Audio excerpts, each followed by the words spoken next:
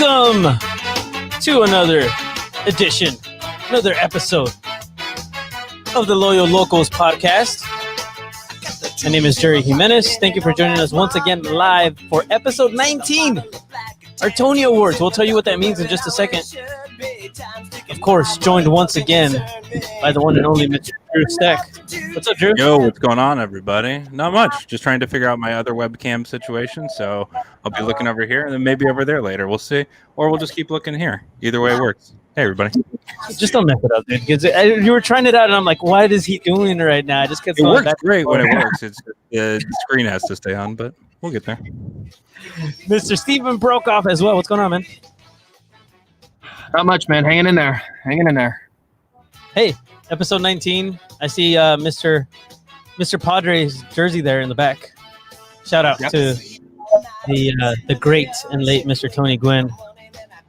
That number holds reverence in the city, so it had to come out. Absolutely, man. Absolutely.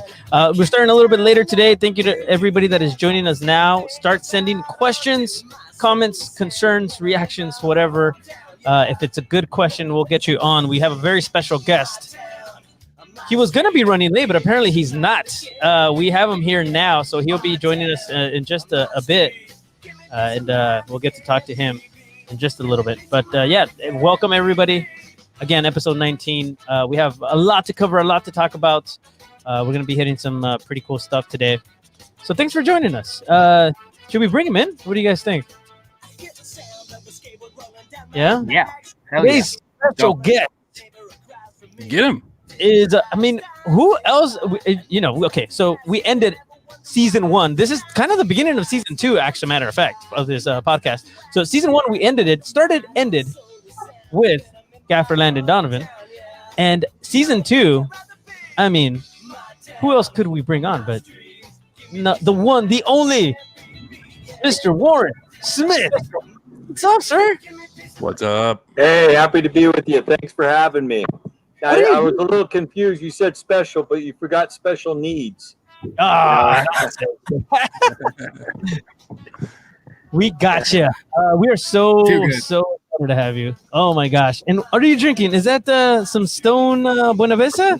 What do they say? The every stone unturned or no stone unturned. Buena Vista. Yeah. You know what? I was actually gonna drink an Arrogant Bastard, but I'm gonna change it up and I'm gonna join Mr. Smith. There you go. There you go. I'm gonna do one of those. Oh, there you go. All right, what do you guys think? Make it right side up edition. This one, this one was not the no stone edition, but it's all good. Steven, what are you drinking, man? Drinking the usual, the keg beer, Buena Vista IPA from Booze Brothers Brewing up here in Vista. One of my favorites. Nice, affordable option. Small local business. Support your local businesses right now. So, love it. Cool. Awesome. And I've been jamming on Thorn Brewing. Sorry, they lost the street a while ago. I forgot about that. So they're no longer Thorn Street. They're just Thorn Brewing. But Thorn Brewing, Baja Lager from their Barrio Lager, actually, which is made in their Barrio facility. Since they are no longer just on Thorn, they are in the Barrio as well, which we went to the night before our first match. Great little spot. But going to actually smooth over to, I was just jamming on that through the afternoon, but Second Chance, their anniversary IPA is what I'll be getting as well. So both of those great guys. Yeah, absolutely. So it sounds like we're two of us drinking Stone, but we're all drinking local. So we encourage everybody to drink local. And for those of you that are joining us right now, please go ahead and leave in the comments what you're drinking, what you're having on this Thirsty Thursday with us, because this is a happy hour. So cheers, everybody. Cheers. It is the happy hour. Cheers. That smells so good. So the Buena Vista, for those of you that haven't had it from Stone, and by the way, Stone, if you're listening, feel free to call us and sponsor us. Salt and Lime Lager is super good, man. Like it tastes like what I would do to a lager, because I usually don't drink lagers too much. I'll put lime and a little bit of salt and maybe a little bit of tajin or whatever, but this one already comes prepared in the can. It's really easy to drink. I'm just excited to drink this beer along with Mr. Warren Smith. So we're going to be talking, Mr. Smith, today about kind of the beginning of the season, taking us through the season, and then how it ended, what to look forward to. So that's kind of the agenda for today, okay? And I will take the lead on this one because I was actually thinking today about the first time that I met you, and I actually wanted to thank you because you're a large part of the reason why I got involved with the locals at the beginning. So I was actually at one of the listening or the listening parties where you were just listening to us, and we were at Elsmith Brewing. I think it was actually one of the first ones. And actually, the first listening. It was the first listening session. That's right. I think that's where Loyal to the Soil was yelled out by somebody in the crowd actually that day. And I reached out to you at the end after everything ended. It went awesome. I pointed out that you guys were using Legoland Florida pictures rather than Legoland San Diego. Pitching to you, hey, I'm involved with the LAFC with the 3252. I would love to get involved with the supporters here. And you said, yes, let me go talk to Ricardo, is what you said. You need to talk to Ricardo Campos. And from that point on, I met Steven, I met Daryl, I met Drew, and here we are, right? So I want you to kind of, from that point, I would like for you to walk us through what those listening sessions were like. Were they what you expected? Clearly, you have experience with Sacramento. From there to now, what has like evolved out of what started that night? Well, thank you. It was those were great events for us, right? Because we were only interested in learning from you and learning from the others of what was important to you. And it's my philosophy, and I think it should be every business philosophy, that you try to really understand your customers, what it is they want, what it is they desire, what they hope to accomplish, and then really build the company around that feedback. Listen, I mean, supporters, right? You were a supporter of the LAFC. We had AO supporters. We had supporters of other clubs, and supporters are the most in tune people that we can really listen to. And so we're very thankful for the opportunity to actually get in front of people and listen and understand what was important to them. And we learned a lot, right? I think that night specifically, there was a number of things that the group said that were very important. As you pointed out, loyal to the soil. I think when that was said, I remember pointing to Ricardo and said, jot that down, because that really was a DNA factor, right? We're looking for DNA. And because when it was said, it was actually like a lot of heads were, nodding, right? So, yeah. So we're, looking for commonalities, looking for opportunities to actually build the club around. And frankly, it's been wonderful to actually listen and learn. And then we roll out, right, based upon what we learned. And now we're leaning back into that. We're going to have a survey come out in the next 2 weeks that is really holistic and looks at the club as a whole. And through that, we want to garner some information. We're going to do some more listening sessions. We're going to do some more focus groups and really try to learn what's important now, right? Because, getting the soccer fans, no disrespect to you, but it's a little bit easier than getting the people that might not know the sport as well. So we really need to really understand why you like it so much, why you care so much, and then help to articulate these things for the people that may be on the fence or just don't know the sport as well as you do. Love that. When you say DNA, and even San Diego's DNA, right? I'm talking about San Diego's DNA, but ultimately the DNA of the club, right? So that's what we're trying to establish and learn. And I think we did an okay job of it. I hope we did in the fans' eyes, and then from there grow from there. Yeah, I mean, I was going to say from the very beginning, and even bringing it back to before kind of Jerry's interactions with you and getting to know you. Daryl and I met up with you and Ricardo, way back when at Pure Project. And that was kind of the first introduction through Ricardo with you. And you kind of told us your whole story. I don't know how far back you want to go with your story and all, but one thing that really hit me from the very beginning was how much you talked about the community and not just the sport. You talked about building the community and having a club that impacted San Diego and represented San Diego and didn't just represent the sport of soccer. But also you talked about respecting the game, and you talked about things that were important to us. So another thing that really stood out to me was how you mentioned that was like one of the first meetings you had with anybody regarding San Diego, and you trusted Daryl and I with discretion and all that stuff. You want to talk about like why you thought it was important to meet with the supporters, kind of first and foremost beyond other aspects that in growing a club involved? Yeah, I mean, yeah, I remember that meeting very well, right? And we were up in your neck of the woods, and I can't remember the brewery's name. You had your dogs with you, and going back to supporters, right? Listen, I mean, supporters clubs live and breathe their clubs. They don't just root; they actually bleed the team, right? So, but I'm an outsider. You guys don't know me, and you've been through a lot. You have a lot of scar tissue. There's been many a number of people that have come into the market that actually said they're going to do X, Y, and Z, and didn't perform. The last thing I wanted to do was get into a situation where I wasn't going to perform. So I wanted to at least, lay some groundwork and build some trust, and then, allow for us to start the creation of something that we might be able to build on together.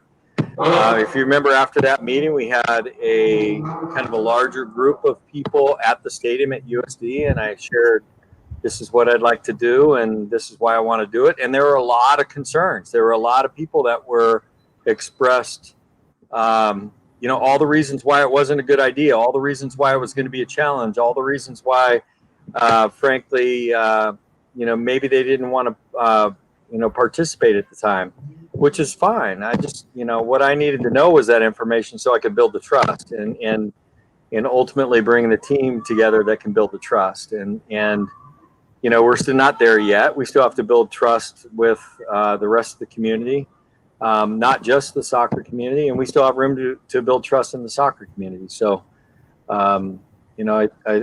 it's all about kind of understanding who you're talking with and allowing you to understand who is in front of you and develop a relationship.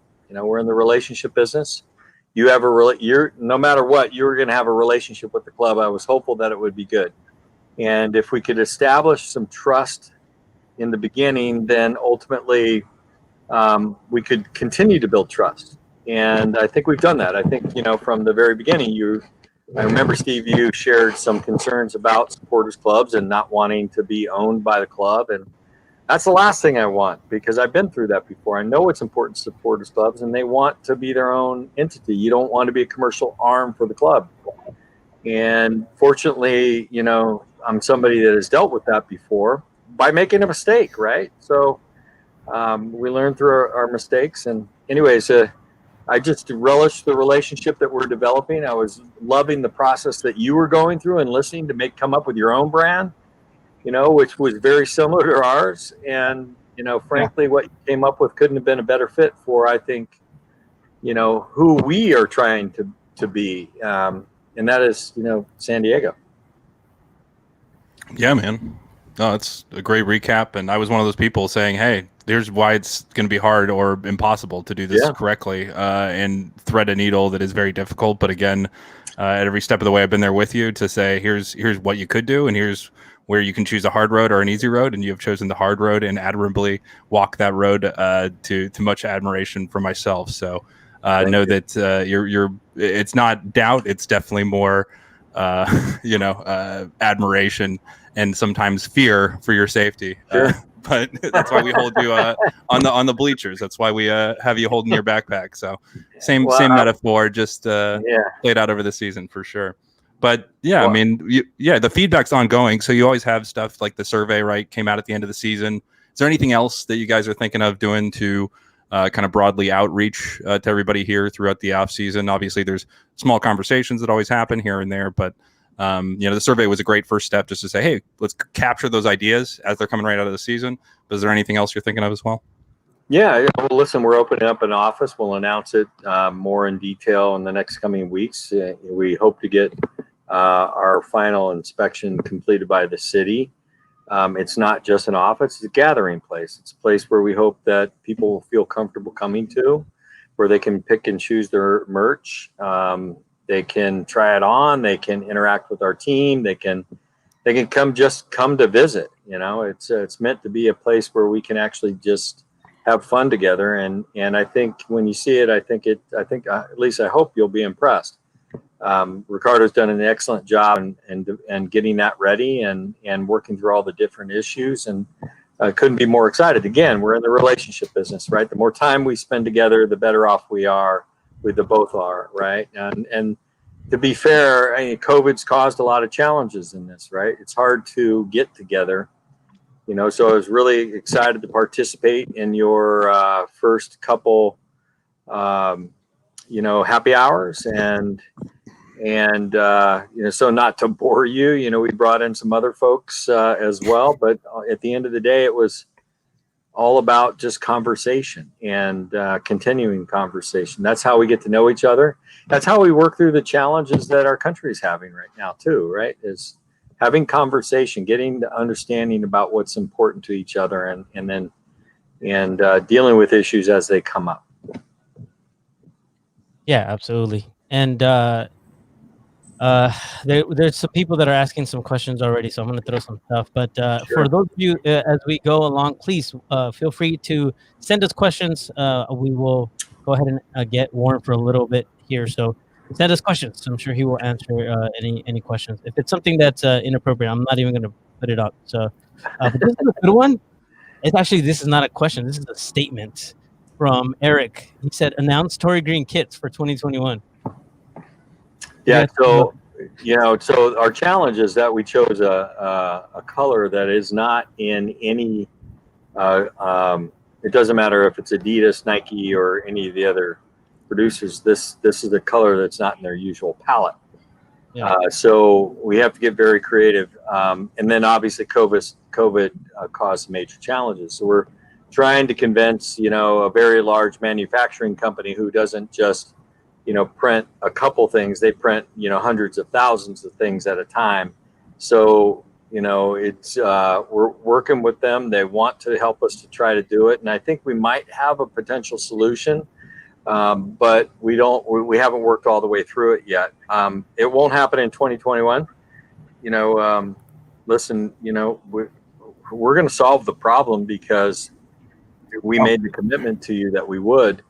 And fortunately, Adidas is working through it with us. Had COVID not happened, I still don't think we would have met 2021, but it's allowed for some furthering of the relationships. To be perfectly honest with you, they really loved our stance that we took, and we're participating with them in a dialogue about how we can actually use their brand to further that message, and that's actually helped get a little bit more audience for what we're trying to accomplish as it relates to the kit. So I think we have a solution. I'm working with Frank Battle on that, and I'm hopeful that he has an answer for us here in the near future.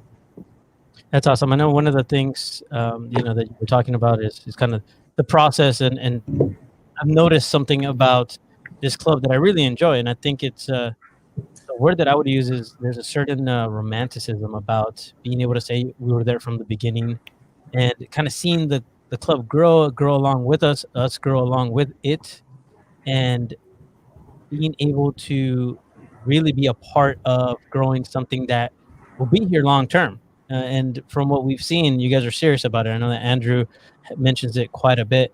And so we're very lucky, and I think somebody actually in the chat said that we're very lucky to have both of you. It was Eric. Yeah, he said we're fortunate to have you and Andrew leading our club, because we do feel that. And you coming into San Diego and doing what you've done so far, how different has it been? And what are some things that you think are similar to what you helped build in Sacramento in the beginning, for the first season? And then what are some differences? Because obviously there's a lot of difference. Sacramento is very different from San Diego, but maybe a couple of each, a couple of things that are similar and a couple of things that are different from San Diego versus what you build in Sacramento. Sure. Well, first of all, the communities are more similar than they are different. Of course, the geography is is something that's completely different. But both are really small towns that actually happen to be cities. You know, what I mean by that is you have a chance to meet a lot more people. You have a chance. I mean, it's 6 degrees of separation here, very easy. It's more like 3 degrees of separation in San Diego. And that was all, you know, obviously the case in Sacramento. Additionally, you know, it's a community in Sacramento that has a chip on its shoulder. You know, we're not the Bay Area. We don't want to be the Bay Area. You have that same chip, but it relates to LA. You're not LA. You don't want to be LA. In fact, quick side note, I think we should stop calling San Diego SoCal. Let's call it LoCal. And, you know, that way we're not lumped in with them, and we can kind of differentiate ourselves. But and the last thing I'd say is very Midwest culture, meaning that you have a lot of people that don't, they're quick to trust once you've earned the trust, but not there, but they're full of great people. This region is just full of magnificent people, and Sacramento is very much the same. The differences were, you know, in Sacramento, I had gone through this before in baseball and had to build that trust, and led to, you know, building some success in the region, and had a name for myself, and had built that trust. So when we wanted to roll out the club, you know, the Sacramento Republic Football Club, it was a little bit easier because I'd earned that trust. Here I'm coming to market, nobody knows me. Steve, you know, no disrespect to Steve, he had his face guard up, right? He had to protect himself when we met. He didn't know me, right? So it just takes time, and it just takes time to break that down. And I'd think the second thing, the sport's different than it was in 2014. The USL is much more competitive than it was at the time. You deserve the highest level of talent in this region, and I think now we can honestly say that being the best damn USL club actually means something to the rest of the country when it relates to soccer and the play on the field and the quality that you actually see. You know, we were happy to win a championship, but, you know, it was a little bit different than we got lucky too. You know, we had some calls go our way in a game against LAFC, and I don't mean to sidebar it, but that, you know, I felt God was really involved in that, and you know, but I also think he's involved here. You know, it's just trying to do the right thing, trying to do good things, and trying to bring people together, and so the similarities are that there's this unpent up demand, or this is demand that people haven't been able to express, and have been wanting to express. And then because of that, you've had some scar tissue. You know, the last time you had the outdoor men's game was 2001, right? Almost 20 years. And, you know, then there's been, you know, at least 8 different efforts that I know of that, you know, some people were talking about bringing professional men's soccer back to you. So we had to continue to break down that scar tissue. And now what's happening, right, if I may, you know, where it's similar, post first year, all of a sudden we're getting this following and people are paying attention, right?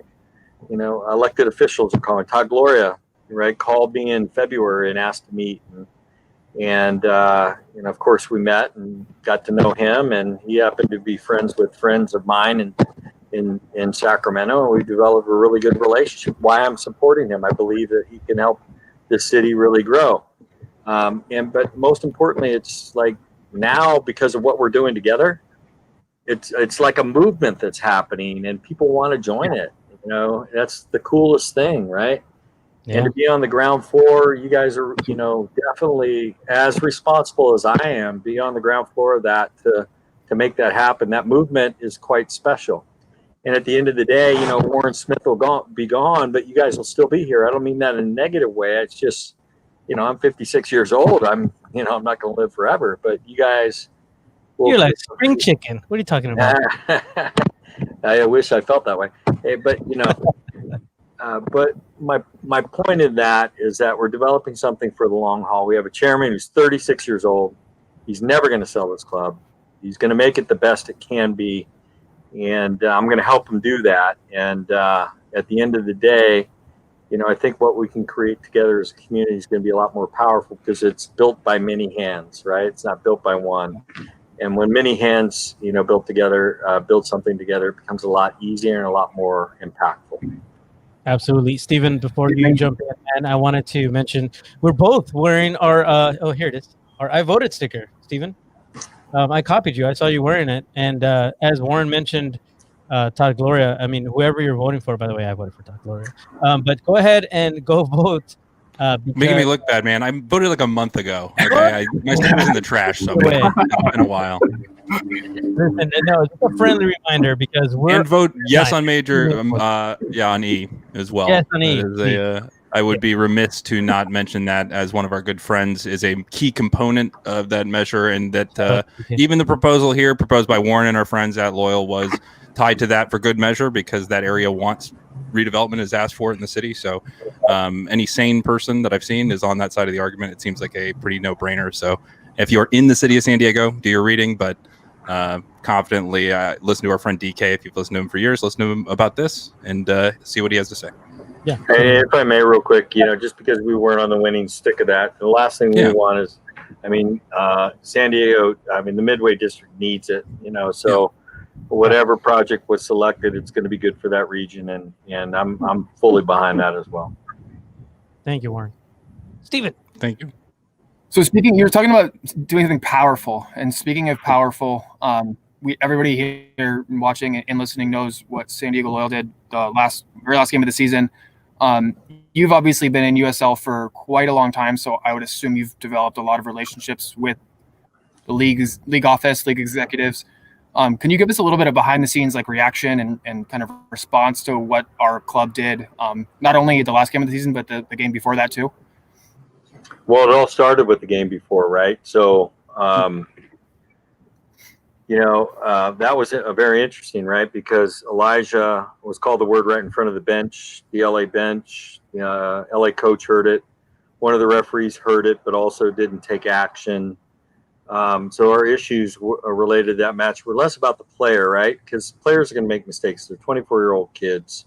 But there were adults in the room that actually didn't take action. As you know, that's an automatic red card. It's not something that, if we really want to rid the game of stuff, we can never, ever, ever hear that and not take action.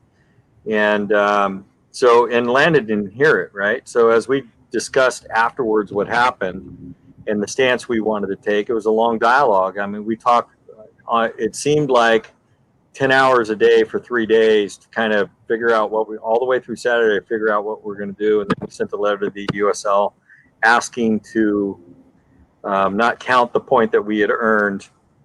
And the reason we asked that was because if Landon had known that the adults in the room had heard this, that he would have walked off the field. And so we developed these armbands, and this mantra, I will speak, I will act. And if you saw the broadcast, we plastered it everywhere. It was very much our mantra. We are a values-driven organization, and we have very particular values that we stand for. And, so if we say that I will speak and I will act, and then this comes up in the next match, we were put in really a corner where we had to make a decision, right? And our decision was, do we not do anything or do we do something? It wasn't my job. It was happening on the field. Landon was the one that was dealing with this.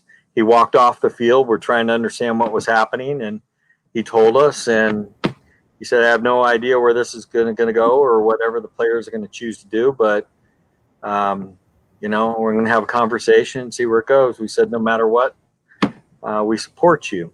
And they came back and said, hey, if that player that actually said the wrongful things, if the referee takes them off or if the coach chooses them to take them off, then we will continue to play. But if not, we don't think we should play. If we're really going to, kneel before matches and recognize injustice, if we're going to wear armbands to say Black Lives Matter, if we're going to actually talk about, the sacred ground of soccer and eliminating on the pitch this type of stuff, we got to take action. So, Colin Martin really wanted to play, but his teammates stood up and said, it's wrong the way that you were treated, and we're going to, of course we'll play. We want to play. We want to go to the playoffs. We want to give our fans the best. And as you know, we were the best team by far at this point of the season, at least in our group. And obviously, you see how we treated Phoenix the last game we played them, in the first half of this game, and now they're in the championship, right? So we could have very easily, I shouldn't say that playoffs are different, but we could have been one of the. We could have been in the final. So it was hard. This is a Loyals podcast, so you can absolutely say that, Warren, because we feel the exact same way. We should be, but yes. Go ahead. Sorry, I just wanted to say that. Yeah, I'm a little bit. I got to be politically correct. I all right, maybe not. Fuck those guys. We should have won. That's what I'm saying. All right, but Yeah, there we go. But so, my job is to create an atmosphere where people can create or can actually make decisions and not have to come for approval all the time, right? And so we lay these ground rules and keep in mind, Landon helped the whole company leadership helped to develop these ground rules, and so he pointed right to the values and said, this is who we are, this is why we're doing it, and said, we're all about commitment, we're about camaraderie, we're about connection and all this stuff, but this is not right because this is not in line with those, and so we gave him our support, and it was the right thing. It was hard. I don't think we'll ever walk off a pitch again, at least I hope not, and I hope also when things like this come up, we can immediately have positives out of this that we can build. We're working with LAFC on how we can actually have a conversation to educate the community. The poor kid that actually said this, he doesn't know any better. He lives he grew up on a border town in Texas, and he's used to saying this word and sings it in songs, and it, to his credit, admitted it. He didn't hide from it. But so it's an education thing, right? It's an opportunity to help people understand that just because we've grown up with a certain way doesn't mean we can act a certain way. And then with Phoenix Rising, the guys in Phoenix are really good friends of mine. So it was very difficult to, in the stands, they're in the stands watching, and this is happening. I'm trying to articulate to them what our team will do. And, but we all learn, right? I've been in this type of stuff before, and I learned that, the quicker you can actually understand what's going on, the quicker you can make a decision. And they just weren't in that, scenario. But the last thing we wanted is to see a player, both players. I mean, the player in LAFC was let go. He's a good player. We don't want his life to end, and his life is all around soccer. The other player, he's probably one of the best in the league this year, 17 goals. And yet the discrimination that happened against him was 1,000 times fold than what he said to Colin Martin, the N-word death threats and everything. So that's the last thing we want to have happen.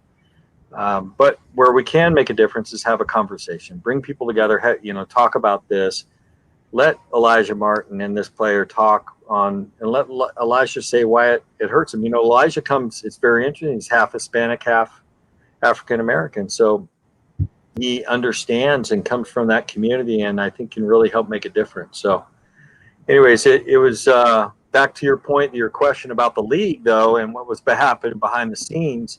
The league didn't know what to do when we asked for, there's no rules for this, right? There's no rules for asking to get rid of a point. They didn't know how to deal with this. And to their credit, they worked through it and didn't come up with an answer until, about game time of the Phoenix match. And of course, this thing breaks out. And looking back, those 4 points, we would have been in the playoffs. But some things are more important than playoffs. Some things are more important than winning the match. And we think that one of those things is just the sacred ground of soccer, being for all, by all, and making sure that everybody feels safe and a part of it. So couldn't be more proud of Landon, couldn't be more proud of the team, couldn't be more proud of the stance we took. And hope we don't have to do something like that again in the future. Just real quick, as an LAFC fan, I have to say that you meant to say Galaxy, not LAFC. Oh, I'm sorry. Yes, forgive me. Gosh. Yeah, LA Galaxy 2 to be specific. So yeah. No, absolutely. Drew. Yeah, man. Just looking at kind of looking forward here in terms of where we're going as a club, you have to think, kind of what's next in terms of the stadium, right?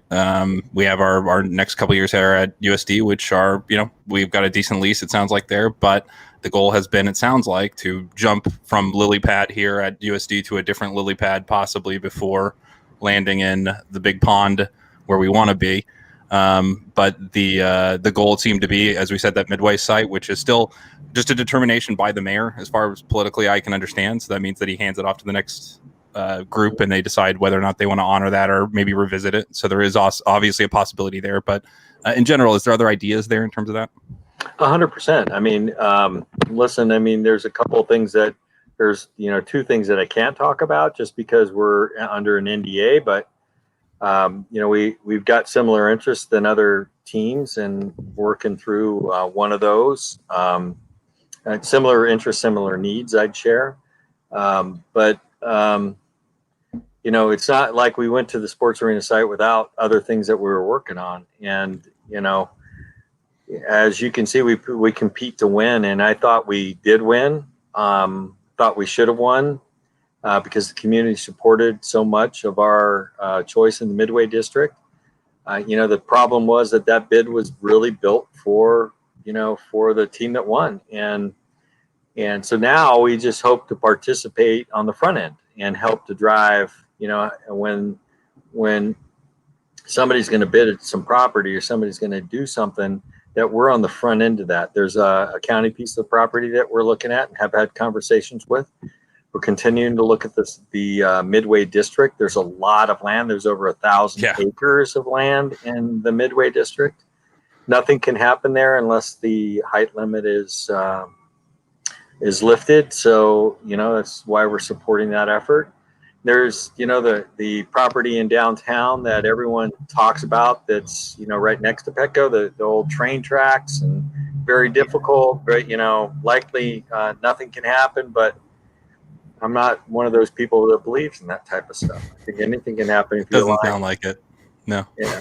So, I'd say I'm pretty confident. I feel good about 2023. If you remember, I said in year 3, we would, build a modular facility, and COVID that's nobody in the industry ever thought COVID would happen, right? So no. But it's good for modular. I mean, that's where modular works and makes sense because you can build it when you need it and where you want it. So I think that concept still works, obviously, moving forward. And as you said, with redevelopment there should, if it passes, bring a lot of redevelopment. That's a lot of lots getting built and things happening. So it sounds like you guys are just kind of watching for where the cranes are a little bit, I guess. Well, actually, we're watching before where the cranes are, right? So, and I know you guys won't like this because I've listened, I've heard, but, we still have to have a fallback, right? So we continue to have a conversation with the SDSU, and, JD and I were texting this week. We're going to go see their, their experience center that actually shows the stadium. Let me understand kind of what it includes related to soccer, but we're going to explore everything, man. We're not, and the challenge that this community has had is that you've had an unbelievable piece of property. So every time somebody talked about soccer, they pretty much principally talked about where the Qualcomm Stadium was or SDSU Stadium was. And so when you do that, you don't really dig deep into what the other opportunities are. And there are some, trust me. And don't get me wrong, they're difficult, but everything in stadiums is difficult. So, but the last thing I'll say, and the reason why the movement's important, right? If it's me in front of city council, it's one thing. That means a developer is asking for something. If it's the fans that are presenting something, if it's the people that are presenting something, it's a different thing, right? Elected officials care very deeply about what the public thinks. So, that's why this movement that you are helping to create is so important, right? Because at the end of the day, we're going to, no matter what, we'll be in front of city council, we'll be, or county board of supervisors. And because nothing related to stadium can happen without some input from them. whether it be EIR, whether it be traffic, but last thing I'll leave with on that, in Sacramento, Mayor Johnson, who was, big advocate and fan and friend, and who said, no public money, no public money. We're not going to invest a cent. And next thing you know, they're now investing, 40 million or close to $40 million into that new stadium. And it was because it was the fans that asked. There you have it. So we have a voice, people that are listening, everybody You do. that is a part of the locals. We have a lot of power. And I know that, and I know and you guys know that. It's just a matter of, when the opportunity comes, just like we showed up for this. Maybe we may have not won that bid, the sports arena site, but we definitely showed up, and the numbers showed it. And I'm glad that they released the numbers because it showed that we showed up. And so we just continue to do that. We continue to back, the San Diego Loyal, and wherever we, end up, I'm sure it's going to be for a very good reason. I know there's a reason why we have missed out on these opportunities so far, or missed out, or haven't won the bid or whatever, because I know that the right place for this club is coming. I can feel it.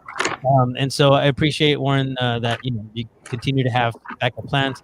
I understand the stance of not playing at San Diego State, but I feel like I'm open to that as well. And talking about future and moving into the future, recently Grant Wall, who I believe he's still with Sports Illustrated, he reported that the start of the next season may be pushed. Yeah, kind of. It may be pushed for USL to May. As we all know, March was kind of the start of USL. Can you comment on that at all? Has that kind of already been figured out, or is that still in the works, trying to figure out what's going to be best, especially considering this whole COVID situation? Yeah, Joe, and listen, we're all trying. I mean, every league is dealing with this, and every single league that starts in the spring, Major League Baseball, as an example, are all talking about a May start.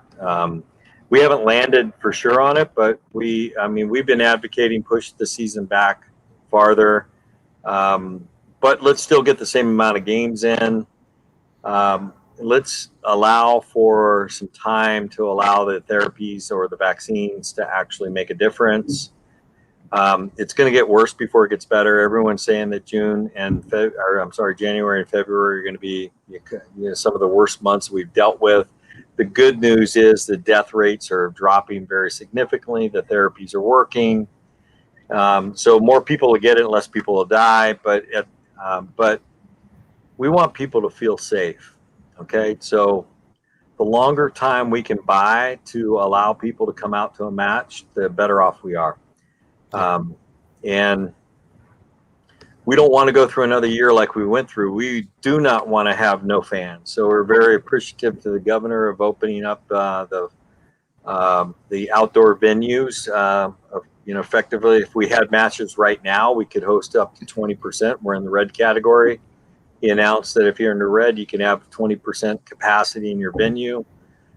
If you're in the yellow category, the category which we hope to move up to, you can go up to 25%. We're disappointed not that he didn't show a pathway to 50%, but given all that they had to deal with, this is a huge first step for us. So to be able to open up the stadium to have our season ticket holders and the supporters groups with us, then that would be magnificent, right? And then to build from there. But everything about next year is building for an unbelievable 2022. We know we're not going to, be able to maximize capacity, but we're going to try to maximize on what the government will allow us to do. And right now, the thinking in the league is, buy as much time as you can.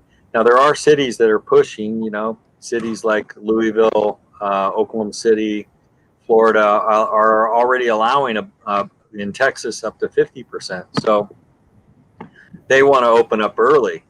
New Mexico had to travel on the road every single game this year, is saying, gosh, that doesn't make sense for me. And here in California, we're saying, well, that doesn't make sense for us. So I thought the league, is having a really good conversation about compromise. And Yeah. coming up with a timeline that works. I don't think we'll get 34 games in, but I don't think it'll be less than 28. I think at the end of the day, we'll be somewhere in that range. And so it'll be more impactful than last year. But, hopefully when we do start, people feel safe and they can come out. Yeah. Awesome. Have you talked about kind of a league structure? Is it going to be groups again? Is it going to be traditional East-West? Is it, those kind of things? Has that been talked Nothing's about at all? decided, but we've had conversation, of course. The with 16 matches, right? For us, it was 16, I think, right? It would have been 18, but we already played 2. Yeah. The group structure meant that we had to play each everybody in the group 3 times and played outside of the group the rest. And I think we will not play anybody more than 3 times, but we still want to minimize travel as much as we can. So maybe it's not. Maybe we're still going to Oklahoma City or to Austin, but maybe we're not going as often. So I think it'll be. A structure. My gut tells me if I were a betting man, it'd be kind of like a 2 conference, or excuse me, 2 division under a conference structure. So really 4 divisions, but it's too early to tell. I mean, I'm just, I like to read tea leaves and make bets. I'm a betting man. I don't bet on soccer though.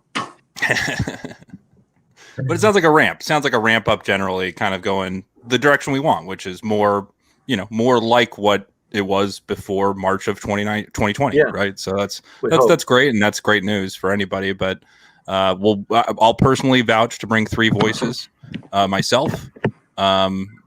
Just inside of me, and each local I think can do the same, and we'll still try and bring the same amount of sound regardless for you. If you let us back in, so we definitely will give it all we got. It's not me, it's the government. If the government, no, I know, back in. But it's remember it's very welcome news. Just bring that backpack full of Stone beer. Do that every game. Yeah, that's it. Yeah, there was no beer in that backpack. It's called fuel. No proof. Yeah. There's water in power this bars. game. Just bring the power bars, Warren. Proof where it didn't happen. By the way, have you guys seen the new scarves? You know we Yes. got merch in house, right? I've been waiting to ask you about that because I saw you wearing that and the hat. The hat too. Yeah. He's dripping. Yeah, I couldn't be more proud of Ricardo and Megan O'Hearn.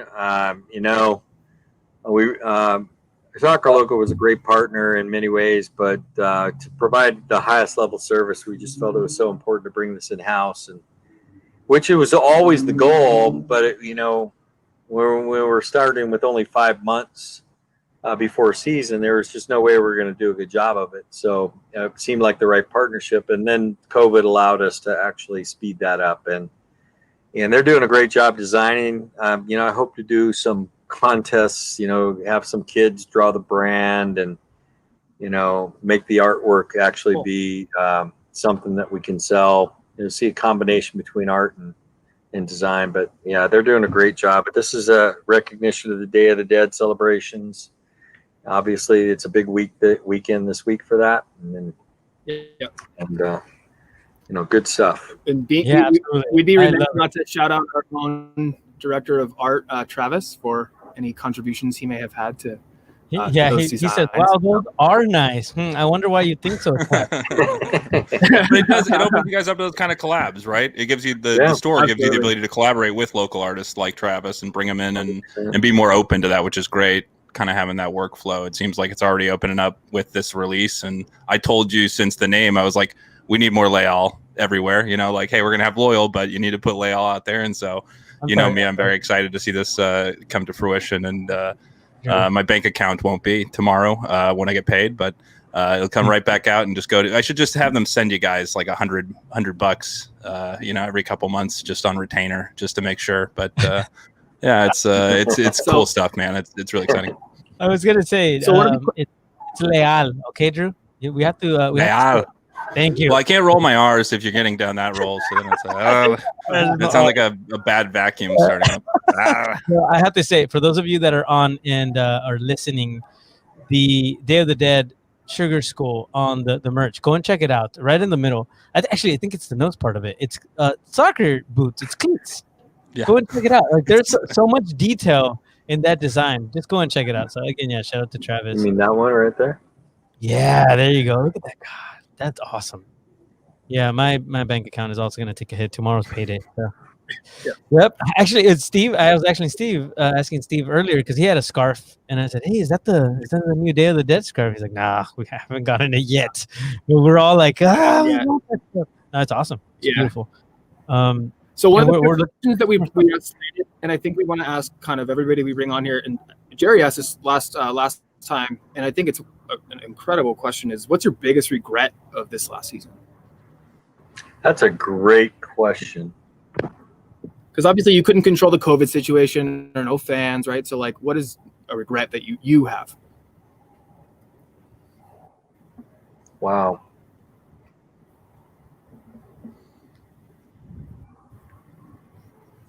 I can honestly say I don't have one. I can't think of anything that I regret. I think there's a lot of opportunities that we weren't able to take advantage of that we regret not being a part of, but that was just the nature of starting too late. And it's not like we chose not to. It was just, how do we use our resources wisely and, spend towards what was necessary. And that was all, how do we create the best experience for our fans, and how do we make sure that we really, our goal was to not just, have a great soccer match. Our goal was that when you come to this venue, that you felt you got the best customer service that you got in any sporting event here in San Diego.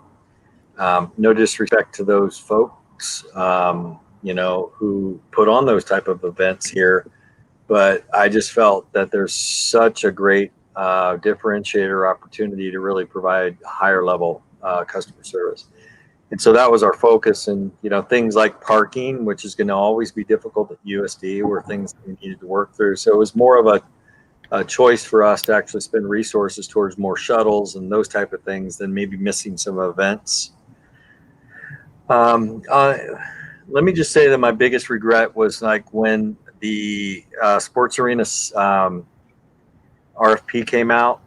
I didn't feel I was in a position. It came out like February 8th or something like that, with the responses on June 6th or June 8th. And I didn't feel I could really focus the time, energy, and effort to find and build a team that could actually execute. I think if I had, maybe we would have been to it a little bit earlier and we could have really developed the right. I think we did a fantastic job, don't get me wrong, but I think we could have gone a little bit further. To give you an example, the Oakview Group, I don't know if you guys know who the Oakview Group is, but they're arena operators and builders, and they're run by Tim Lywicki, the guy that really started AEG for Anschutz. And they came to the table, a week after we had submitted our bid, and, they said, we want to build a privately financed stadium. And by that time our bids were due, and I think the city chose to probably overlook that because we didn't have it in at the time of the bid.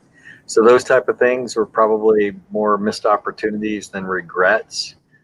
But I was focusing on what I think we were focusing on. The team was focused on what we knew, what we can control, and that was just putting on some kick-ass events. Yeah, that's very relatable. Honestly, that's how I felt about some of the stuff we did this year. Was I wish I had more time for this thing, but it's hard to, you can't make that horse trade because the horse you bet on was the club and the team in general, and then the players and kind of the jersey reveal, things like that were kind of crucial to, I think, cementing for a lot of people their fanship here as well. So yeah, man, that's a really good one, because I think I thought of like three things from I just wish I had like another month on this thing when it came to us, because we totally could have done something with it from our side too. Yeah. I mean, there's to your point, like emphasize, not let that go, because you guys were building an entire club from scratch, and we were building a supporters group from scratch on our own time, volunteer hours, everything. Like I couldn't agree more. There are so many opportunities that I wish we could have had, more time could have given us, but alas, we did what we could, and then COVID hit. So say la vie. I keep hearing this. I have to say this. I'm sorry. You guys know this. I've been waiting for a long time, I said, "Why are we starting in 2020? Why are you guys not giving us more time?" So I have to put it out there. I heard it's Andrew's fault. Is it true, Warren? Because I'm gonna have a conversation with that man. Andrew's fault that we started in 2020. Yeah. No, it was your fault. We listened to you guys. He said that Jerry guy keeps saying that it's the wrong idea. So to prove him wrong, I'm going to do it. That's fine. I'll take that. Yeah. I mean, if you remember, I know I called a number of you individually and asked, what do you think? Is this really? I'm hearing that. I mean, it took me 18 months in Sacramento, and I know if we did it with more time, it would have been more impactful. But again, every community is different. This one has got, you've lived without the game. And by the way, it's your most favorite game. And, right now the Padres have been, because they've all you really had, but more people play, more people watch than people that play baseball. So it's, the favorite game here. It's just not been presented in a way that, or the timing wasn't right. It's, it's a whole host of different issues, but, we heard from you loud and clear. And again, nobody knew COVID was going to happen. Listen, we were going to sell out Torero with 5 months of build out time. It was pretty amazing what this community's accomplished. And so I can't wait to see what we can do together, and I still believe that this is the capital of soccer in North America, that this region just doesn't know it yet. And I mean that, more people play, more people watch than any other city in the country. And you throw Tijuana into that mix, which is as much a part of our region as Santee or Carlsbad. You throw those numbers into the mix, which are never in those DMA numbers, it greatly exasperates that. So listen, this is going to be the capital of California. I think this is where spring training should end up being for the whole United States industry, and I'm going to do everything in my power to make that happen. You think even more than Portland, you think here is the place? Just to double down on that, because that's a powerful statement from a guy who helped found the Timbers. Well, I didn't found the Timbers. We helped. Well, you helped put together. Yeah, you helped pivot. Yeah, you helped pivot the Timbers and saw what that became. In place. Yeah. But you think that this could be more impactful from a national standpoint? Yeah, that's language. Cool, man. All right, Steve, go ahead. Yeah, supposed to use language like that on podcasts. I heard. Yeah, I just wanted to clarify. That's a pretty powerful statement, everybody. Sorry, Steve, go ahead. So 2 things. The first one being, speaking of the Padres, I wanted to shout out and congratulations to Jerry for the Dodgers winning the World Series. He's the only Dodgers fan I'm happy for, and that's because he's a good guy. And I'm happy for you. So congratulations to Jerry. And the second thing is you talked about San Diego, you talked about the Padres. You talked about how you're not from here. But one thing that stood out to me from this season is how many San Diegans you had on the club.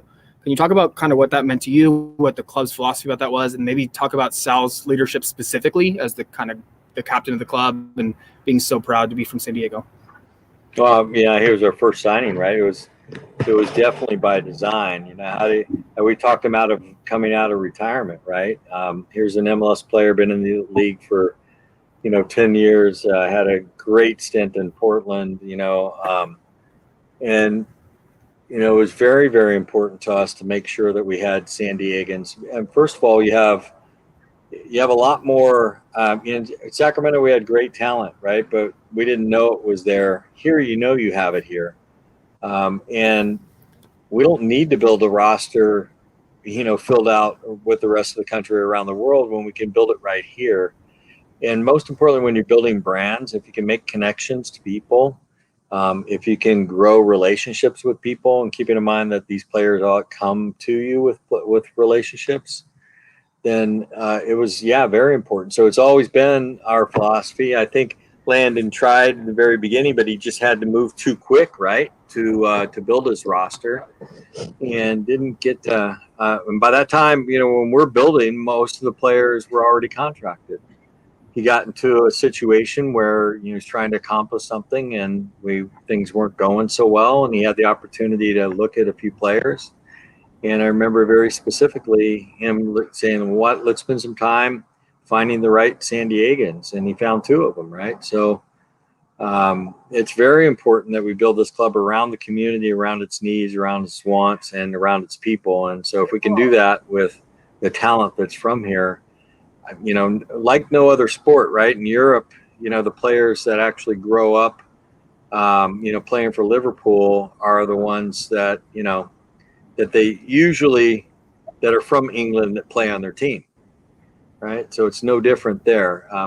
Everyone else seems to be more international. And while we don't have an academy, there's plenty of talent out there, plenty of upcoming talent. We very much, there'd be nothing better than to have a winning roster that's full of San Diegans. That would be crazy. All right, we're going to jump into some listener questions here.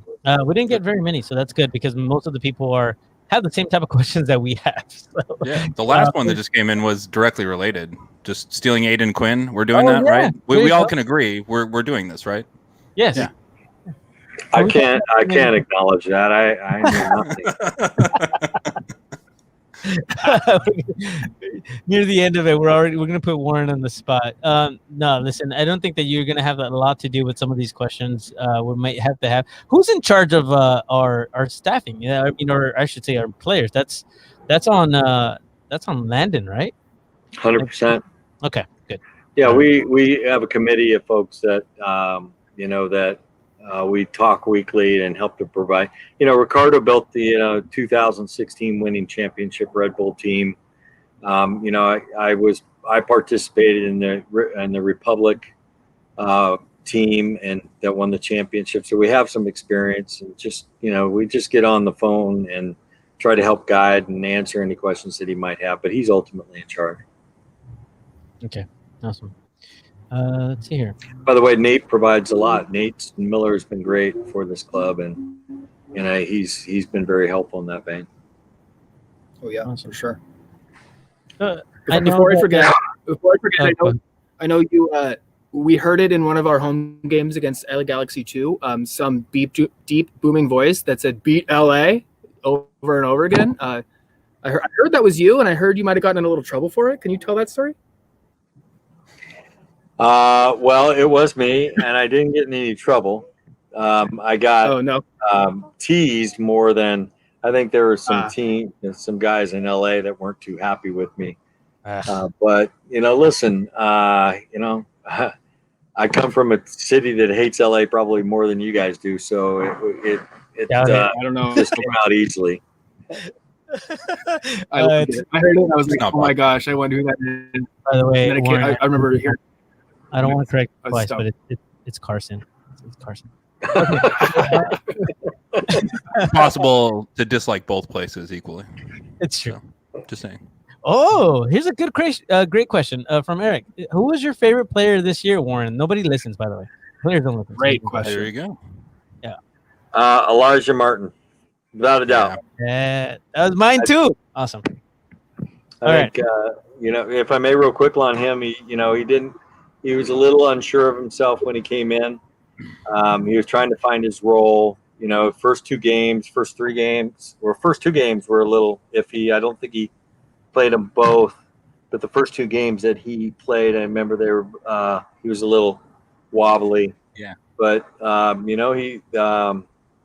he found out who he was, his role, and played his role to the way that Landon asked him to, and I just felt he was the strongest. Stoneman was also, another. I'd have to say that what a surprise, Of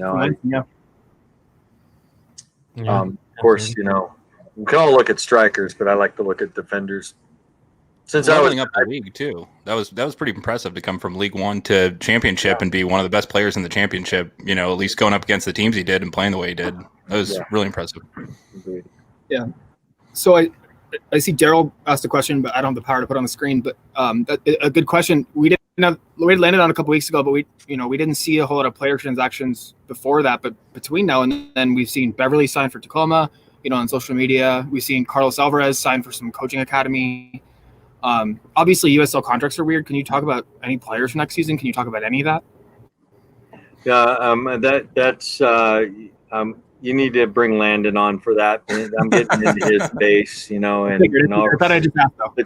It's like asking me if if we're going to bring Merchant House. I got to let Ricardo talk about that type of stuff.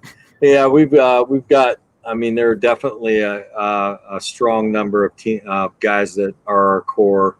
You can probably guess who many of them are, but I'm so thankful to all those boys on Team One. Man, they gave us their heart, they gave us their soul. While it didn't may not be in our plans for the future, man, they helped to build this club just like each of and every one of us. So couldn't be more thankful to them and their role for helping us. Hey, you mentioned Team 1, so are we going to keep that going? Is this going to be Team 2 coming into 2021? I don't know. That's up to Landon. We'll see. Cool. Awesome. Any other questions from everybody in here? Let's see. There's a.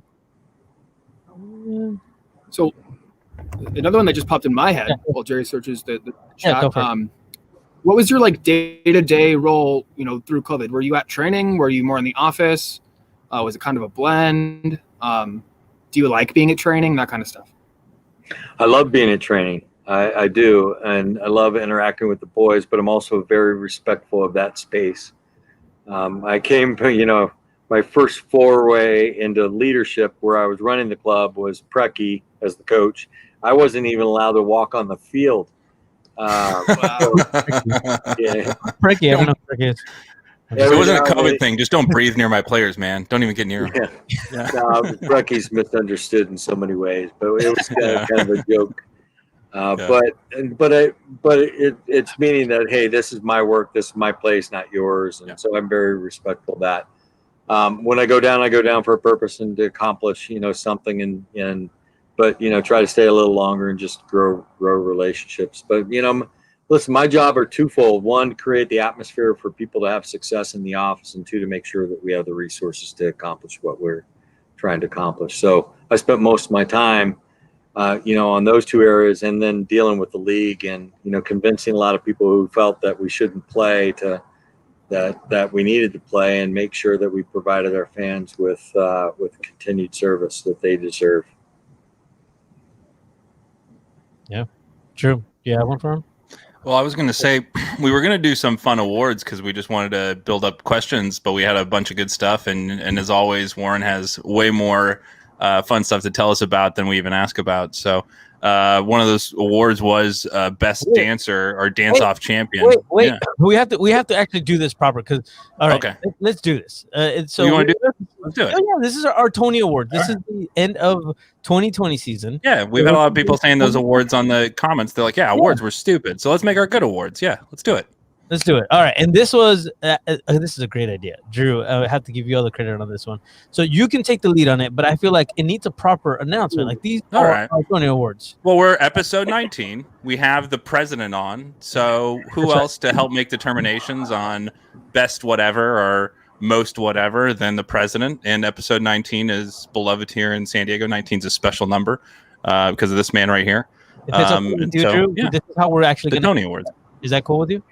This is how we're going to end it. We're already at an hour. We've kept Warren long enough. Yeah, so we're gonna go through our award categories. We'll go through a few of these here, and we've got some real ones that are kind of like actual ones, and then we got some silly ones. So we'll mix those in and kind of throw those out, and just a few of those as well to mix in. So the first one that would be real will be best match. So what was the best match that each one of you watched this year? Warren, the best match. Yeah, Warren, you go first. What was your best match? Most entertaining, and however you define best match. Some people, that's a 1-1 draw. Well, it's They're weirdos. simple. Then you're asking. I mean, it was March 7th, and it was opening night. But secondly, would have been the OKC match, or not OKC, the Orange County match, where we lost. On the two flukes, but that was the first time we were really showing promise and on the system that Landon was trying to build, and I thought that they just were masterful in that match. You could see it. Yeah, it was definitely a turning point that the season kind of pivoted, and the rest of it went a different direction from there, for sure. Jerry, you got one, Steve? Oh, 100% March 7th. That's kind of exuded because it's the only match we could go to. So what was your favorite match we couldn't attend? We'll rephrase the question. That's not the award. The award is the best match. Okay, Best and match, best man. match for me was March 7th. Okay. 100%. I know that's an easy out, but I'm No, sorry. but it's who takes the stage in the virtual award show is March 7th for sure. Yeah. I will abide by Drew's new rule, and I'll say the away match to Phoenix. I mean, they had that big like kill your will sign up, and like everybody's expecting going to Phoenix, and like, oh, they're the best team in the league, and oh, we really need these points, but should we really expect them? They're so good. I mean, I remember our podcast here, we were like so speculative on, how are we going to do this? How are we going to get points from this game? And we went in there and we kicked their ass, and that was like such a good feeling. And obviously, it was way before any of the other Phoenix stuff went down, but I would definitely say that was my favorite match of the season. Yeah. What's yours? No, That's a call. Good it's March 7th, but then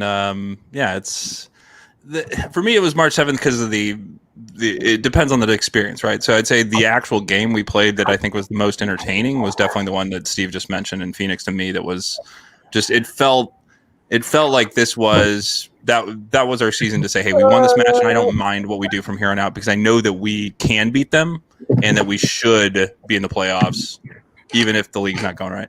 I agree with that was popping into my head before Tom even typed it. All right, wait. This is the greatest thing ever.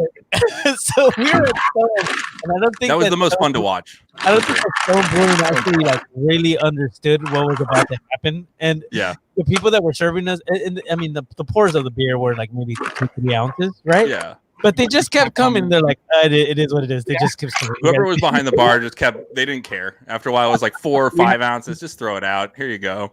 That was the most fun watching a match I had.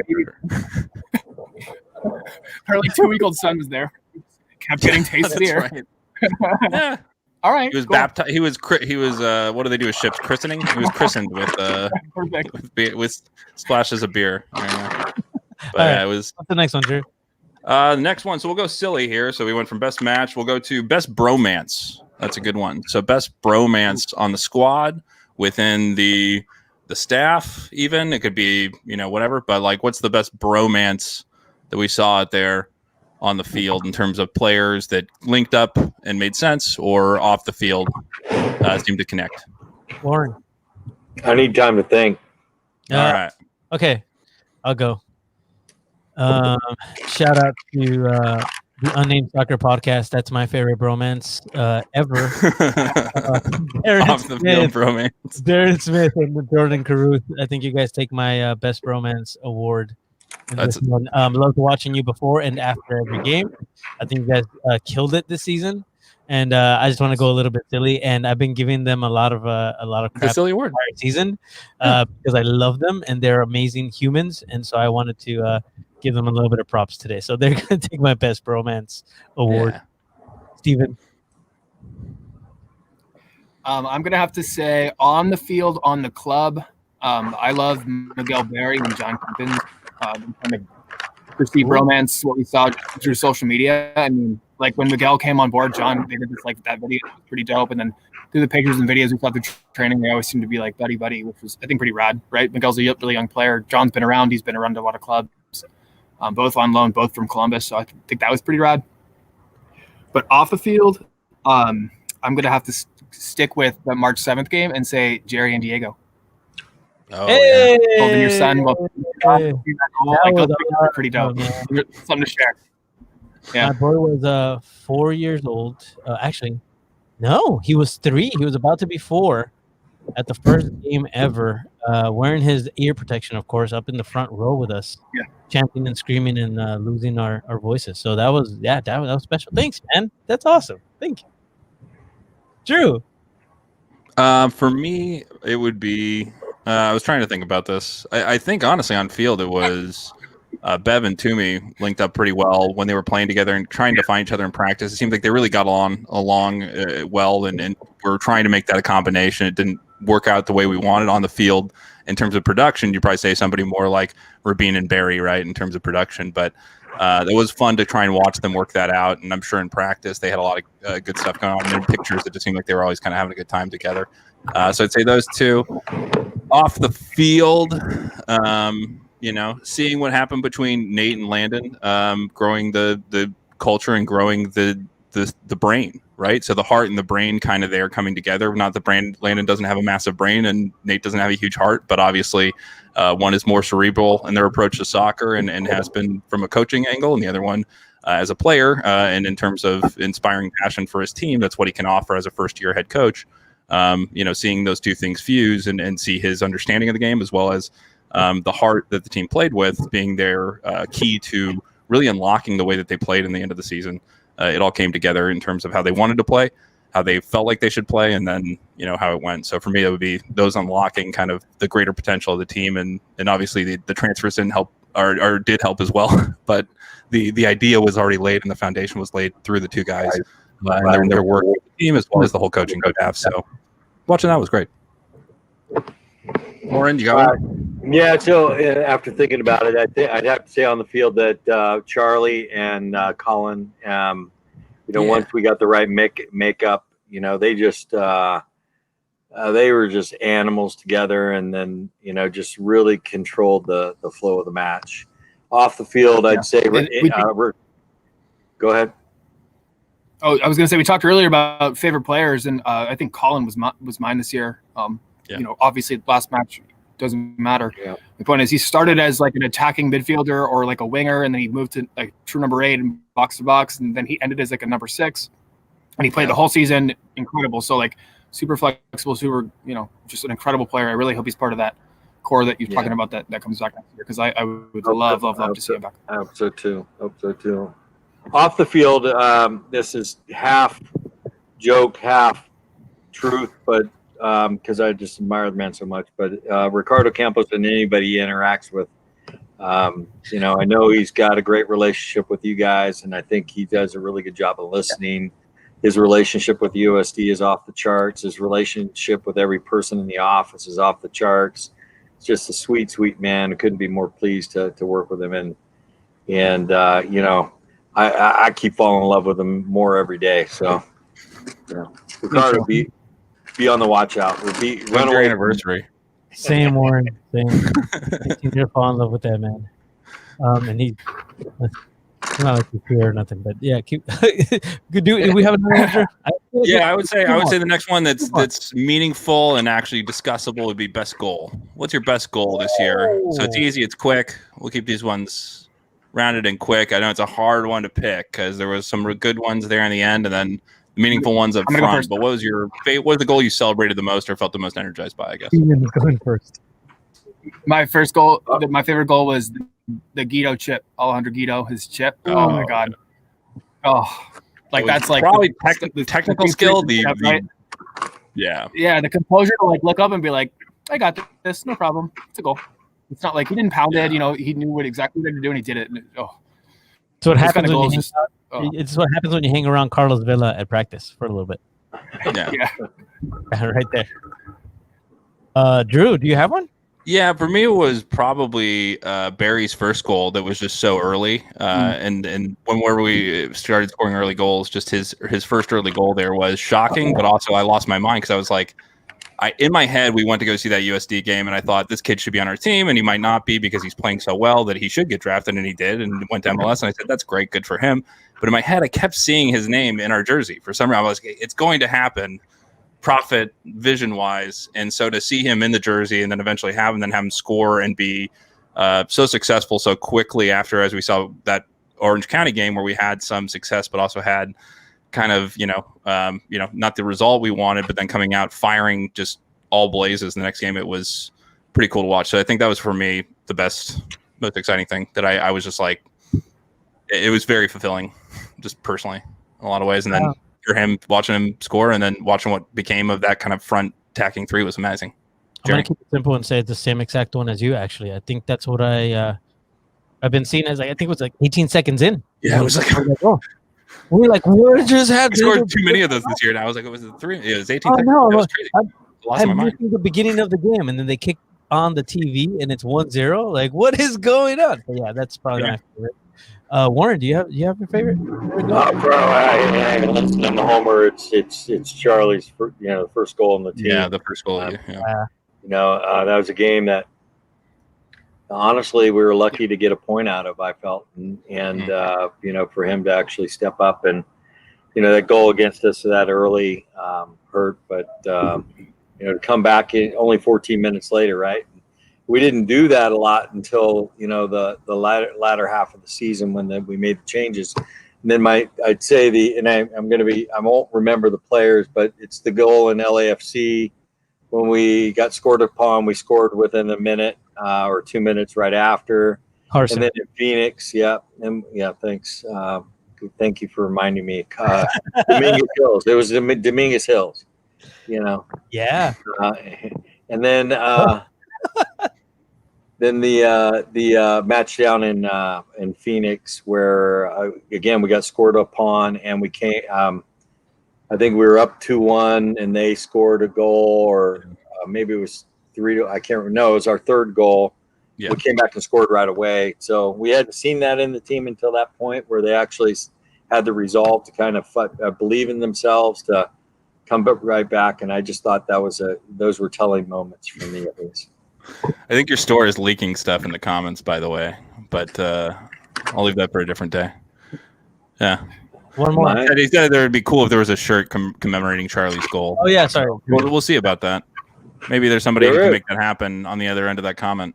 That's I think those are both great. And those slam back goals, especially that Phoenix one where we came back and before the half, you felt like, as a San Diego fan, we all felt like, oh man, we've seen this story before. We're gonna, Phoenix is gonna creep their way back in here, and that's just the way it goes when you're watching a team that's not the upper hand or the underdog.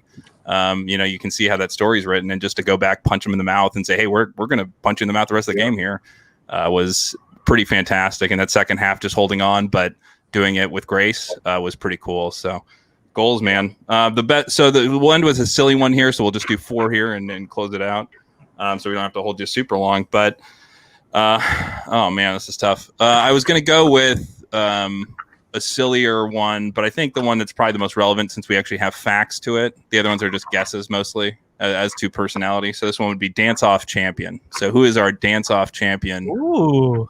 Since it is the Tony Awards, we need a triple threat. We don't know if they can sing and act, but probably can act if they can dance. So see how it goes. So who's our dance-off champion? I feel like I want to go first. We've seen plenty of dancing from our club, which is fantastic. Yeah. I have to go with my favorite player. Elijah Martin has moves, man.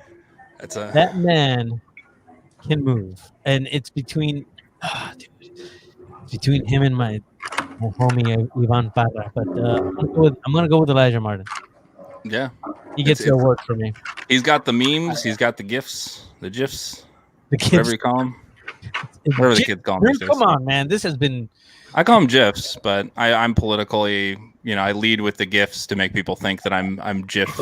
I feel like this is an Unsolved Mysteries episode on Netflix. But I think Elijah is the lock. Can anybody else come up with anybody? I thought this was a pretty cut and dry category too. It's kind of no, I don't think so. No, because there is.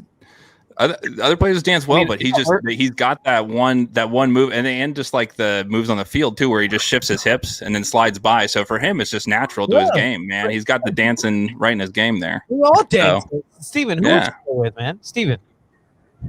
Irvin did a phenomenal job. I mean, on the social and the celebrations, all that stuff. But I'm gonna have to go with Jerry. I think it's Elijah. Okay. I think that's my answer. Yeah.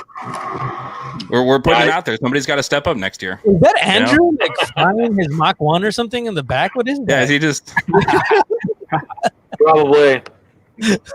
Warren, who do you say is the dance-off champion?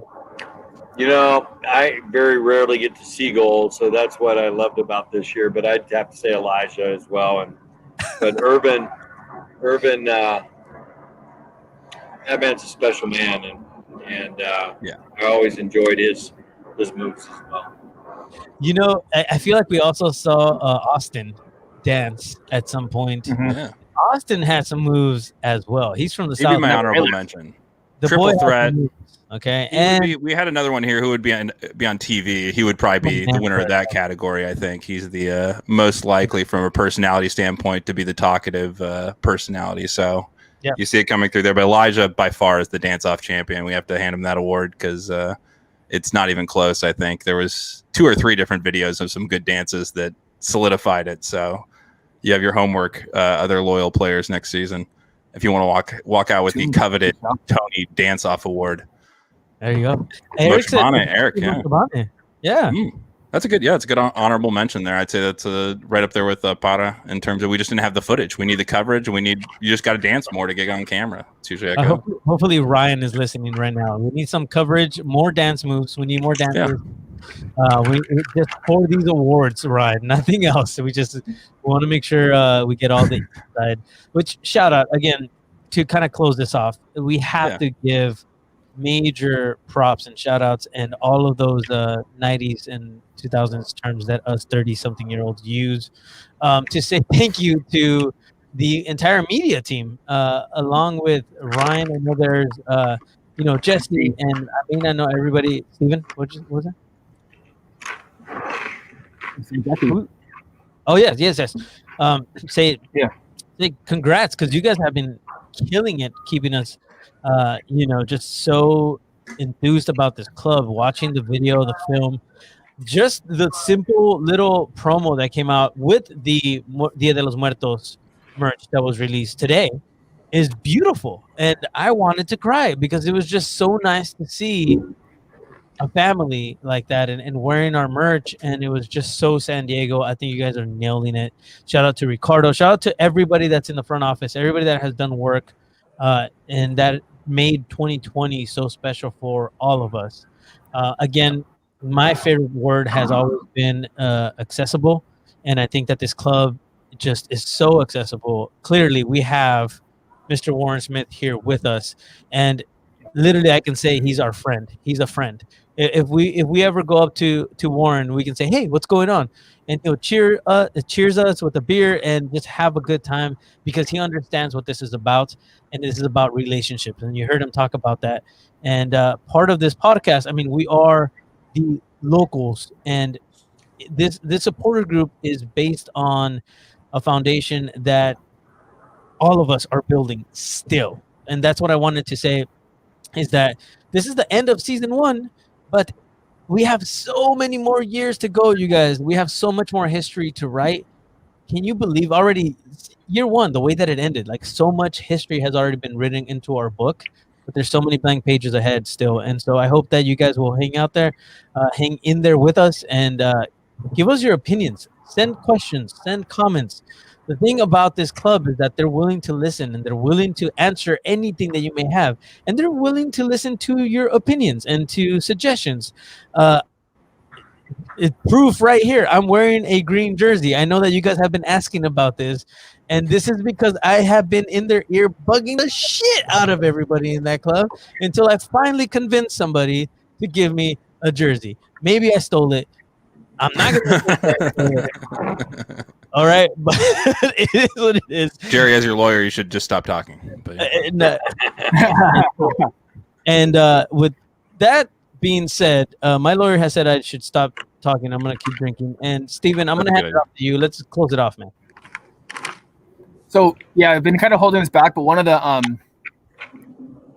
points that I wanted to make to close things out was going all the way back to that first meeting that we had, Warren, with you, me, and Daryl, and Ricardo, when you kind of said that you were obsessed with minor league sports. And I don't want to put words in your mouth, so I want you to tell that, but that also made and left a huge impact on me, because we're starting essentially, a second division club here. This isn't MLS. And that was like, own who you are, believe in who you are, and love the club for what they are. Because this club can be about the community. It's not about a major league sport. It's not held back by MLS's rules or, what these big, money people and conglomerates kind of withhold. So I want to let you tell that story, and then I think we'll wrap this up to not take too much of your time. But if you could tell the story about your obsessed with minor league sports and kind of that stuff. You guys have me as long as you need. So if you want to go longer, no worries. I've got my dinner and burritos and beers. So sorry while I was eating in front of you. But the thing about what I learned about minor league baseball is that it's everything that you do is about relationships and how you can grow them, and ultimately how to have fun and create fun for people. And I don't know that I'm really so driven, maybe on the minor league sports aspect, but the part of it that's so important that I loved was how we actually had to learn to listen and we had to learn to act. And that that really happened in Portland when we were taking over the Portland Beavers AAA baseball team, which came to the Timbers, and we didn't know anything about soccer. Tried to close them and couldn't do it because the mayor, the facility actually had both baseball and soccer. The mayor said we had to keep it open, and so I was one of the guys that had to figure it out and learn how to interact. And we had these young people that were telling us how much they love this club, and so first thing we did, they kept saying we need a beer night. So what did we do? We threw a beer night. And $2 beers, and 1,000 people came. We said, "Oh, this is cool. What else do you guys want?" And next thing you know, they just started to give us some advice. It was like, "Hey, maybe you should think about this. Maybe you should think about this." And there are all the type of things about how to grow relationships. And then as it comes down to the sport, in soccer, we're not the thing is we're not minor league sports. We're not AAA baseball. We are professional soccer. And, I felt that our team, and I think Phoenix is another example of this, Phoenix can probably beat a lot of MLS teams on any given day. And I think we could have at the end of the season as well. But most importantly, I'll share with you this, anybody follow Brian Strauss? He's a writer for us. Yeah. Tweeted out today, hey, I got a media call from a new media person who actually said to me, I've got this story idea, and he basically said he was floored. He fell to the floor because he never heard that. And that's because, MLS is all about sending out the content that they want instead of being authentic and letting the community develop what they want. And I can tell you this: New Mexico United means more to the to the whole state of New Mexico than any MLS team means to their market, to their city. And that's no disrespect to the MLS teams. It's just that, they've chosen to go into markets where they're number 5 or 6, or, LAFC's and the Galaxy are probably number 5 in the market, right? We have this opportunity to make a real difference in our community in this league. And that's what I love. I love the fact that you can use, you can develop a business that people enjoy, right? And you enjoy your Netflix, you enjoy that, but you're not passionate about Netflix. I doubt if something else came out that actually provided better service, you probably go there. But we're building this thing around emotions and being true and authentic, and that's what I love. It's not so much that it's minor league sports. So, and what I love about you guys is you don't hold a thing back. You guys are very open and honest and brutal at times, and I'm going to be brutal back at times, and I hope that we can, I don't think I have been yet, but there's going to be times where I have to say no, and I hope that we can work through that. So we're all together. I'm sorry? That's what friends do. Yeah. What family does. Yeah. It's about the people, right? You told me too. It's about the people. That's what you love about minor league versus major league. Is major league gets so about the money and the advertisers and how are we putting on a show, versus minor league's about the people. Is one thing you said to me that always stuck with me is, and my dad, who played minor league baseball for years and really never in the majors, said the same thing. It's really about connecting with individuals as opposed to connecting with, and creating that community through the individual and the individual connections and relationships, which, as you said, you've talked here for an hour and a half about relationships. So it's obviously core to your heart, and we appreciate being part of those. So thank you. We can talk to you for hours, but we've kept you for about an hour and a half, and we're getting close to closing it off and calling it a Yeah, night. because I'm keeping you too long. That's what this is. You are. We have to get hyped for the Mandalorian. It's coming out in 3 hours or Oh, so. So it is in a little bit. So yeah, man. you know, Waiting for we'll tomorrow. Waiting for see you tomorrow. guys before the 31st. So happy Halloween to everybody listening. Yeah. Yeah. Again, thank you Be to safe. Warren Smith for being on. What's that, Steven? Be safe. So be safe. Everybody be safe for Halloween. Take an Uber Yeah. if you need to. amen. Yeah. You know, Just go buy candy. Distancing if you're going. I have a Yeah. weird thing for people. If they want to watch some movies I made, they can look up The Trick of the Treat. It's on YouTube or Vimeo. It's a movie I made once, which involves me.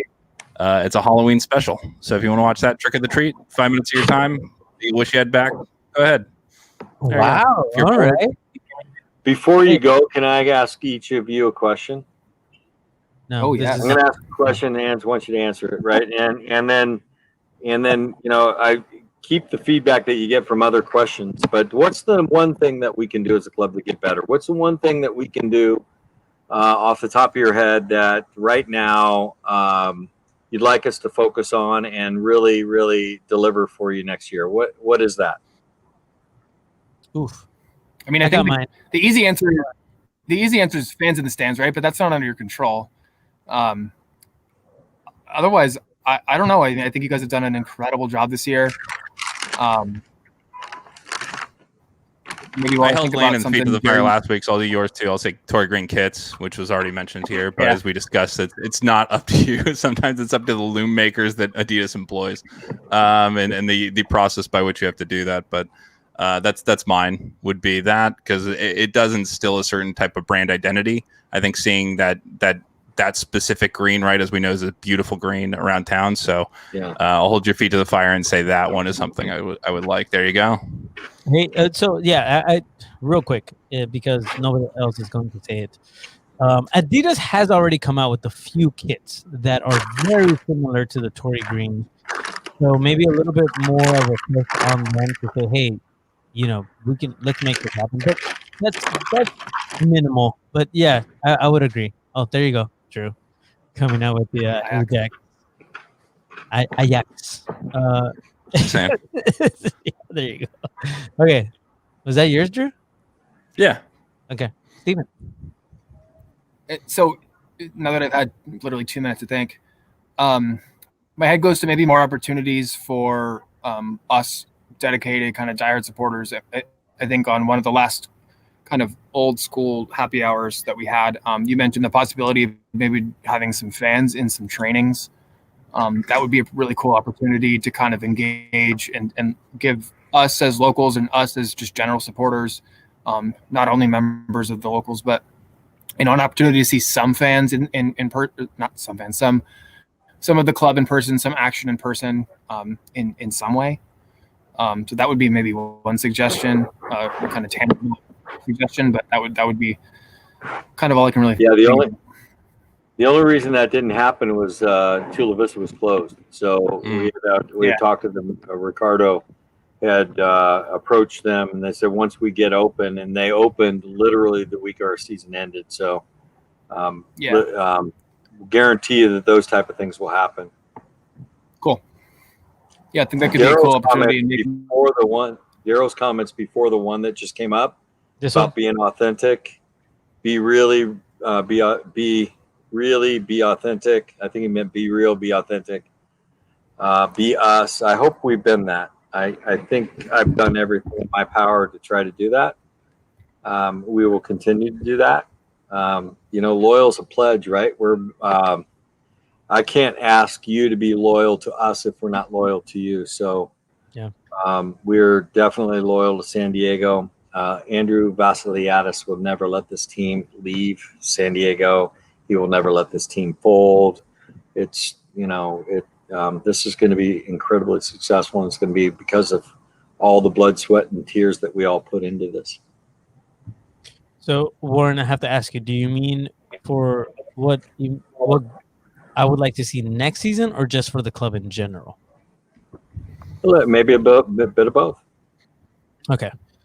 Because I agree with Steven in that, obviously having people in the stands is a big thing, but that's not something that's in your control. So it might be a little bit later. What I would like to see a bit more of, when possible, is I think you've been doing a really good job of communication, but I think that we can do even more with those that spend their, their not just their money, but their literal blood, sweat, and tears for this club that want to build something, that have ideas. I think that you guys are already doing a fantastic job, but spending more time with us and making us feel even more a part of the club. Maybe doing a little bit more of a session with us, those that are a part of the locals and that are members of the locals, and spending a little bit more uh, time just literally hanging out as humans.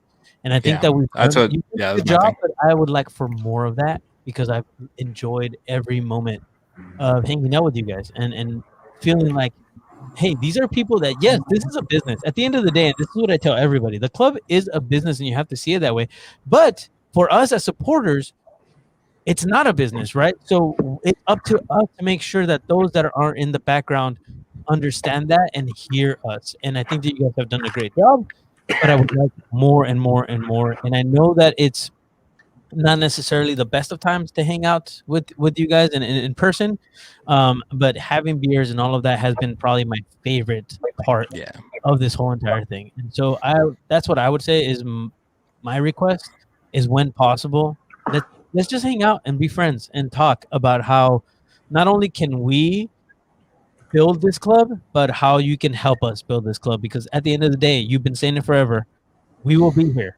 The players come and go, the staff comes and goes, but the supporters will be here forever and ever.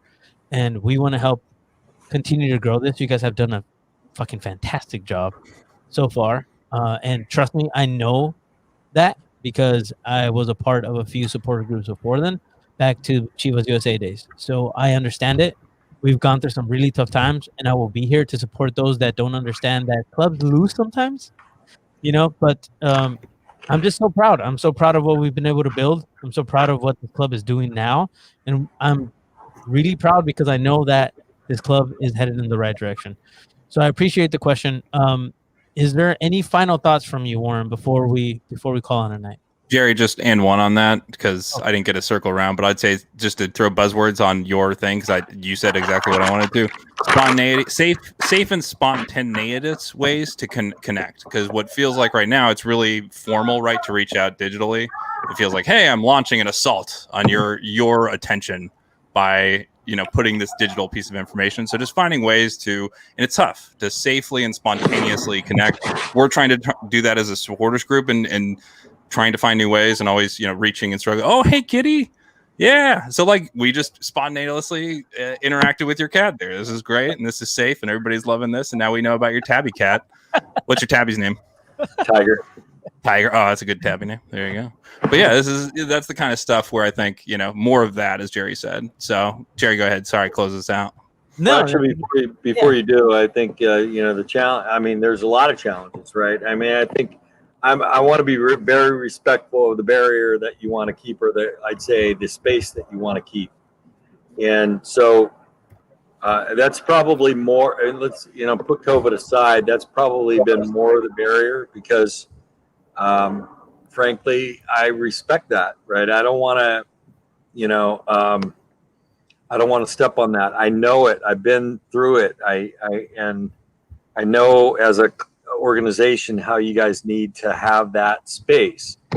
So as long as we can do that in a way where if we have the type of relationship where we're friends, you can say, "Hey, Warren, you're going over the line here," or I can say, "Hey, guys, you're going over the line here," and then we'd be fine. But I think that's just partially out of respect of you that we're not crossing that line. Last thing I think, Jerry, since you brought it up, is why don't you come up with a couple ideas? Okay. Share them with Ricardo, and I know we all love beer, so if it means finding a way to get together, I tell you what, why don't we do this? We're going to open up our office in the next couple of weeks. Once the city actually says, "Hey." Ricardo might be mad at me, but maybe we let you guys come in first and see the shop and before it's open to the general public, and we just do something together there. that might be a good first step in that direction. Yeah, That sounds good. cool. No, yeah, I have a Yeah. couple of ideas for sure. So, Love that. Steven, Yeah, me I too. feel like you have something you want to say. I was gonna say Ricardo might be mad at me too, but we've been talking about the shop and opening that and what that might mean, and maybe having a little bit of space in there to do something pretty rad. So maybe a little bit of a teaser for our members watching and listening, but stay tuned. I hope that comes to fruition as expected, and that would be a pretty cool idea, Warren. So I look forward to hearing more about that. Cool. Awesome. So to end this up, I wanted to say thank you to everybody that has been listening, that has been asking questions, that has been communicating and been commenting and all of that stuff. I'm seeing all of those come through. We appreciate all of you. Please check out Soccer Shorts. All right, on Patreon. There is a it's actually in the final stages of production right now. There is a locals documentary. I believe it's like 10 parts right now.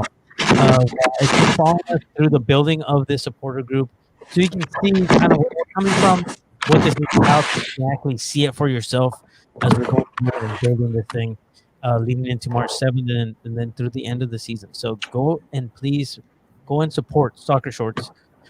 It's coming. It's awesome. I've seen a little bit of it, and it'll show you kind of where our heart is, right? Which is where I want to end. And that is in saying that this is the end of season 1.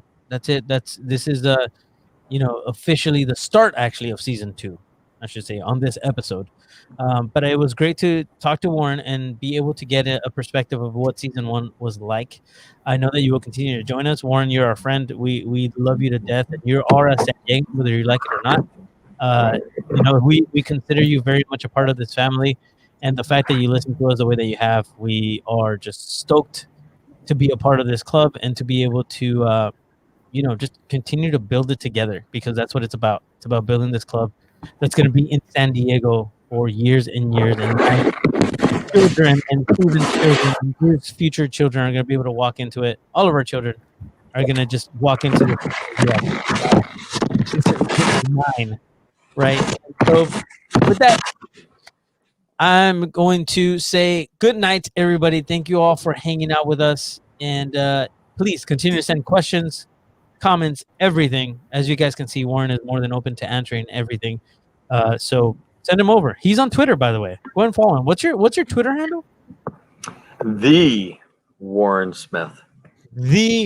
At the Warren Smith. There's a lot of Warren Smiths in the world. That's a hard get. So yeah, well, it's pretty lucky. That's awesome. So go follow him on there. Ask him questions. Continue to bother him about the Tory Green kids, which he can do nothing about. And he will be like, Ricardo. No, we can do something. Ricardo can do something. Drew, where can people find you? I'm at a loom trying to make Tory come out and send it to Adidas. It's currently what I do most days, so they can find me at a loom working. But otherwise, on Twitter at Drew Stork works as well. Steven, where you at, dude? I'm at Scuba Steve 4 with the K and the scuba. So it's been a fun journey as a Scuba Steve. Yeah, as Daryl said, go tell your friends about the Locals podcast and live stream.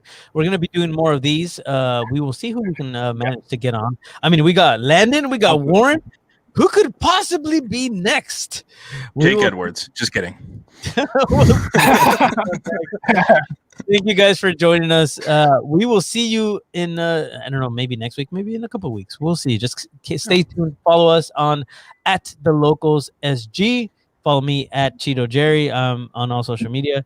Thank you again. Have a great night. We will see you guys next time. Bye-bye. Thanks, everyone. Adios.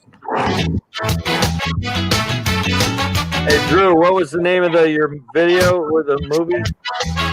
Trick or Treat? Trick of the Treat. Okay, thank you. Sorry, Jerry. Bye.